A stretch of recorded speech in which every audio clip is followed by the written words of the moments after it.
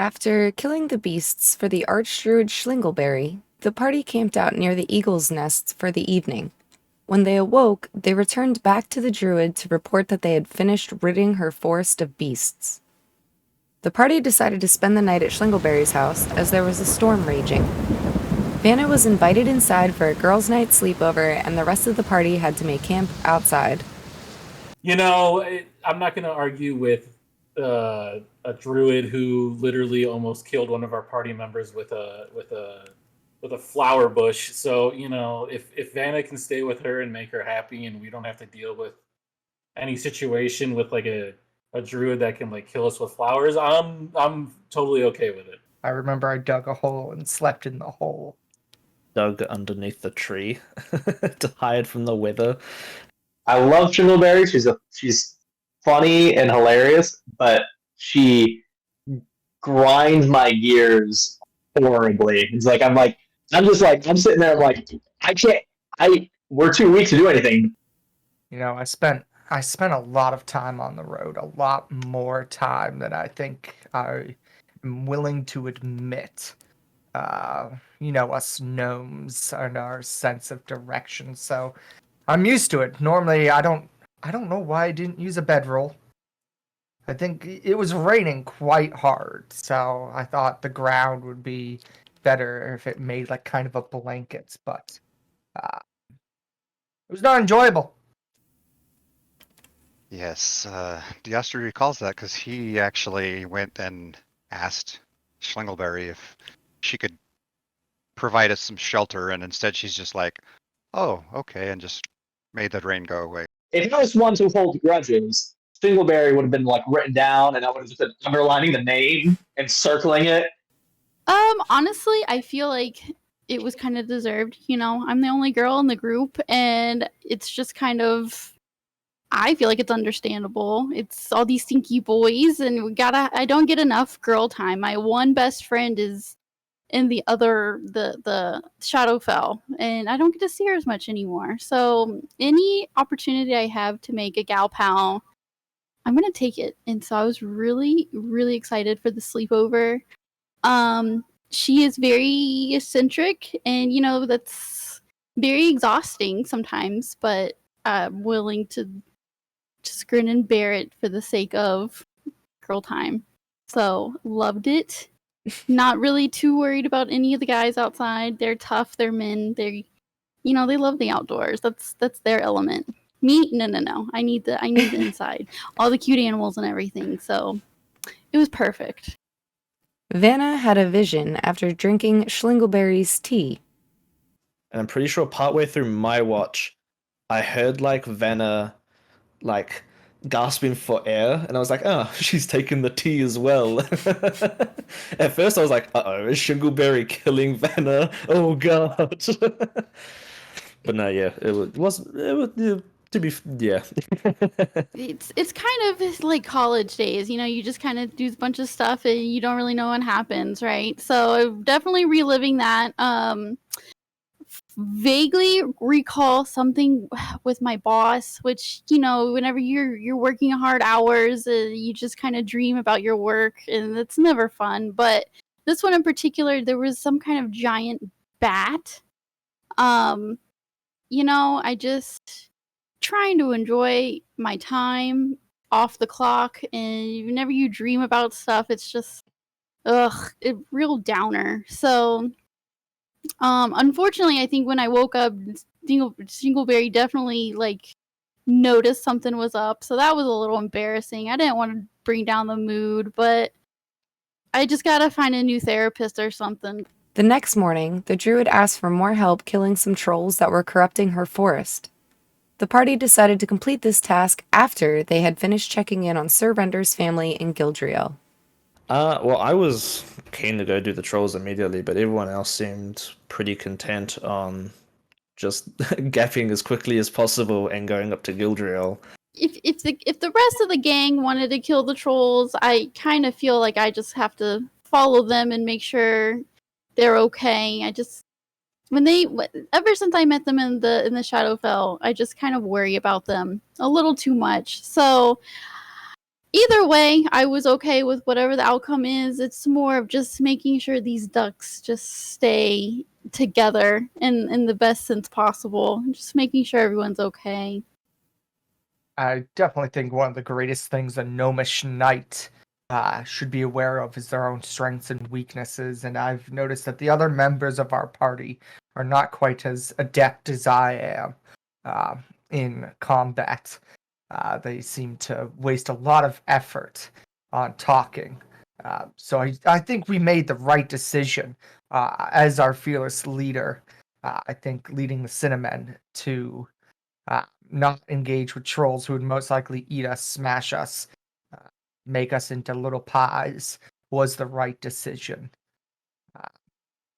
Plus, I mean, that paladin making deals. Speaking as one who's made deals before, deals always have a way of going sideways. So we had to deal with that right away. Are the trolls killing anybody? Are they a problem to the humans? Or is it just the trolls exist in her forest, so they must die, kind of thing? Because I'm coming from the perspective of like, are any people in harm's way because these trolls are here? I don't understand why the guys are like, we're gonna throw this druid to the side. Like, we've seen her power; she can literally transport us. Like, why are we gonna be like, no, let's just ignore what she's saying? Like, she could probably like snap her fingers and turn us into like forest squirrels or something. So I was like, maybe we should do what she's asking before like we really piss her off. Like, really, Vanna is the only one that's really connecting with her. Everyone else is just like brushing her off. But the party decided what they decided, so off to Gildriel we went. She actually went above and beyond again on that one because we didn't think she would send us all the way to Gildriel, and we had asked to go to Centralia, but she's just zipped us all the way there, which was definitely good. The Archdruid teleported the party through a tree to the base of the mountain. They trekked up and entered Gildriel through the south, but quickly noticed everyone in the town was wearing leather armor and carrying weapons. Styling that time. That's suspicious. That's weird. This day and age, it's better to be safe than sorry. I guess it's I always carry weapons with me, so I suppose it didn't really set off too many bells seeing other people with their own weapons, but definitely not very welcoming. You think they would have a sign that says welcome population whatever, maybe some flower carts, a brochure or something, but that put me off more than the people walking around. Austihr used his spyglass to kind of see what was going on before we just bolted into town, but we kind of picked up that something was off. Knowing that it's a mining town, my immediate first thought was, these people are not good. These people are the problem. I immediately noticed people making hand signals to each other as we walked towards the tavern. So I was immediately like, this is a bit sus. Yeah, my alarms in my head were going off immediately, but everyone else was like, yeah, this is fine. We'll just go to the tavern. I was like, oh god. Yeah, we've definitely walked in on the wrong side of town, and the whole side of town is wrong, so.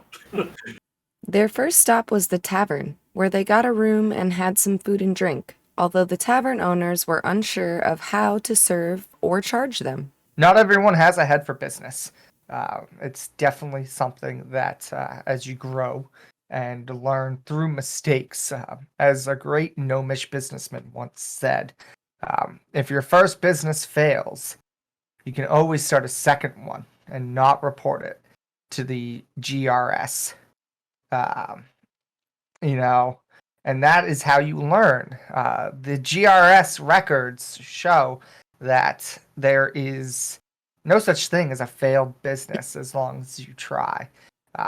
So I think I was excited to see what they were attempting to do. Did it miss the mark? Could the beds have been a little floofier? Yes. But overall, I would rate them, 5 stars on Gelp. We went to the tavern. It's where we first met and ran into Grenda and Bobbert. They were the current owners of the tavern, as they stated, basically. They'd recently acquired it. I was very much on guard. When we went into that tavern initially, I was like, these guys are surely going to like attack us on the spot here. There's no way we just walk out at all. I tried pointing it out to the party a little bit, but they seemed pretty content on just trying to talk their way through everything, especially Vanna. If I had a device that could give ratings on all the taverns I've ever been to, this would be a very low rating. The paint on the wallpaper, like peeling, gross, but chandeliers were the only thing keeping it together. Absolutely loved those chandeliers. Bandits get drunk really easy to take money off of them. So I was like, maybe it's an opportunity to make a little bit of money, take advantage of the situation. Didn't know how deep we were in until we kind of got deeper into the town and realized what was going on.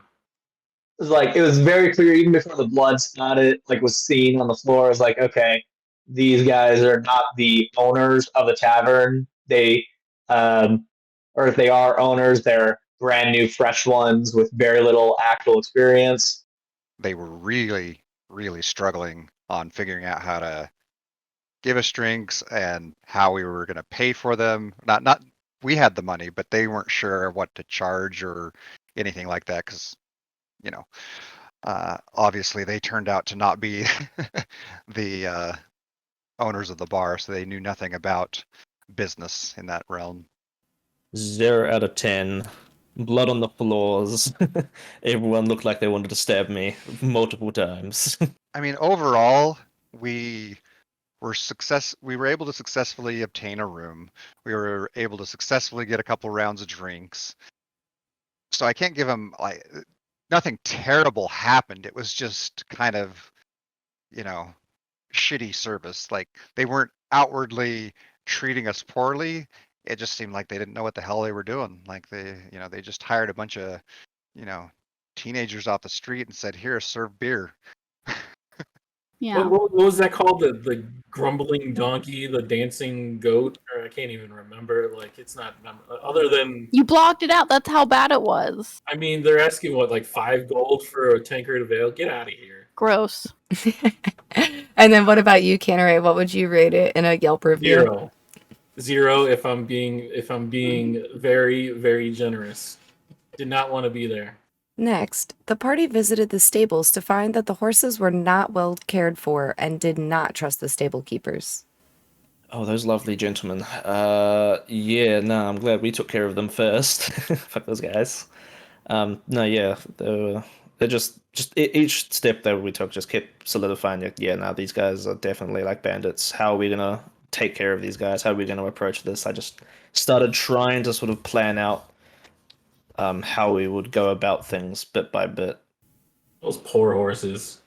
Wasn't that the same one where with one of the stable keepers, I was trying to charm him and then thwack him, and it did not work at all. Vanna tried to bop one of them in the head with her staff, and I had to go in and be like, "Whoa, Vanna, are you you okay? I mean, I know you like this guy, but I love animals, but I can't. I would adopt them if I could, but I just can't. I like carrots enough as it is. I don't think I want to share them with other horses or anything." Well, as someone who has cared diligently and has never forgotten his mount anywhere or at any time, it was appalling to see. I almost reported them to the Department of Gnomish Animal Keeping, but quite frankly, they don't have the resources out here.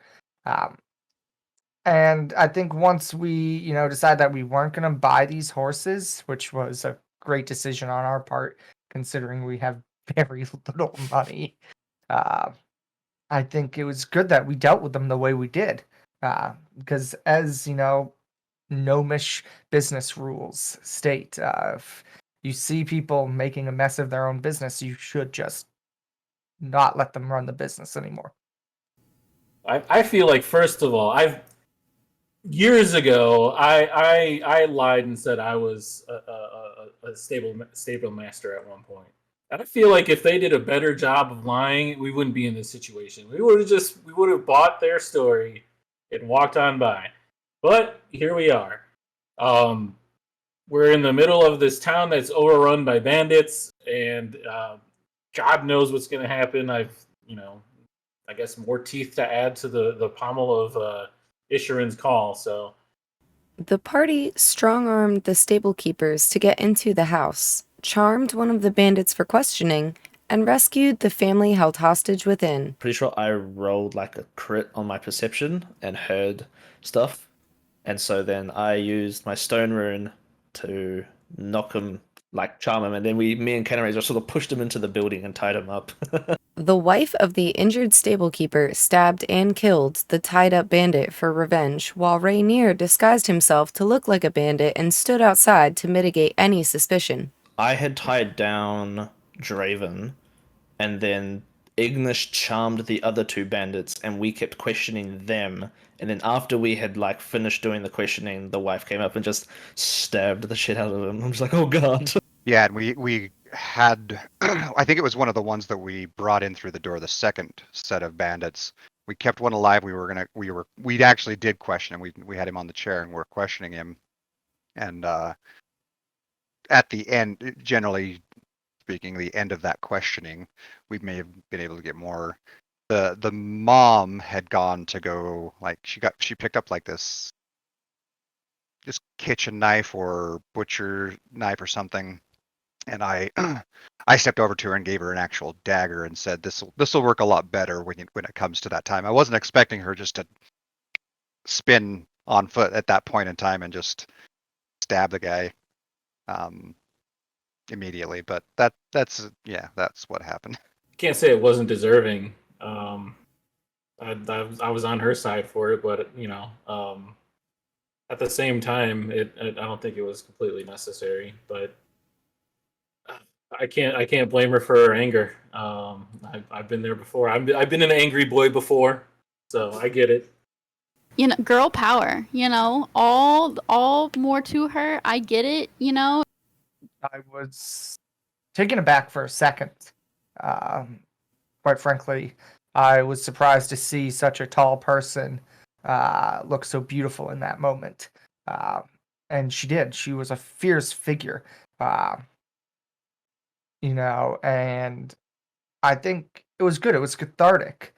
When I was pretending to be a bandit and I had to try to make a best guess of what was okay, and it was it was some motion that you had me do for saying all good, and just kind of I was doing that as an response and just trying to keep it safe. But if anything, my first thought was maybe Diastri might know what that is. It was a thieves' cant thing. Where did that come from? All this time we have this guy who just disguised himself with people's faces. How useful that could have been, and he's just I'm gonna do it to become a stable boy. Come on. A little disturbed. Rainier's never been the prettiest to look at, and to go from that to, quite frankly, an ugly bandit's face was a downgrade. I think I rolled poorly on an insight check to see if it was Rainier, so I thought it was a bandit immediately at first. So I was ready to go. I was ready to start swinging. Well, so he definitely did it in front of the party, or kind of in front of. I think he stepped outside first before he made the change, and then when the change was found, I guess, by the rest of the party, he played it off as that it was a disguise spell, a spell that lasted 8 hours. I've seen some pretty crazy stuff in the Shadowfell, so it wasn't. It's kind of oh, cool trick, cool skill you got, I guess. Everyone took a short rest except for Rainier and Diastri, who were attempting to scout through the spyglass. They were seen by a pair of bandits through a window. Diastri's an idiot. That was fine because I think he was the one who got caught. Like it was his nat one. He thought we would probably be in a lot of trouble because these guys would either realize what was going on and alert the entire town, or he thought we were in quite a bit of trouble there at the end of the session. I hid. I found the snack spot. I'm gonna let all the muscly boys take care of it. I'm still kind of a little embarrassed. I smacked that one guy and didn't even do anything. So, I'll just let them do all the work and reap the souls if there's any left, if they haven't left already. Well, I was very confident because, unlike my companions, I'm always well rested after a short rest. I don't generally need those long rests like they do. I'm very spry on my feet at a moment's notice. I just want to say, how do you not notice guards like 5 feet from you from outside the window? Are you just that involved with your looking glass that you just don't notice guards in front of you? What is going on with that? First reaction was, oh, fuck. Should be more careful next time. But at that point, the adrenaline kicks in and you're just like, all right, this is happening now. Let's go.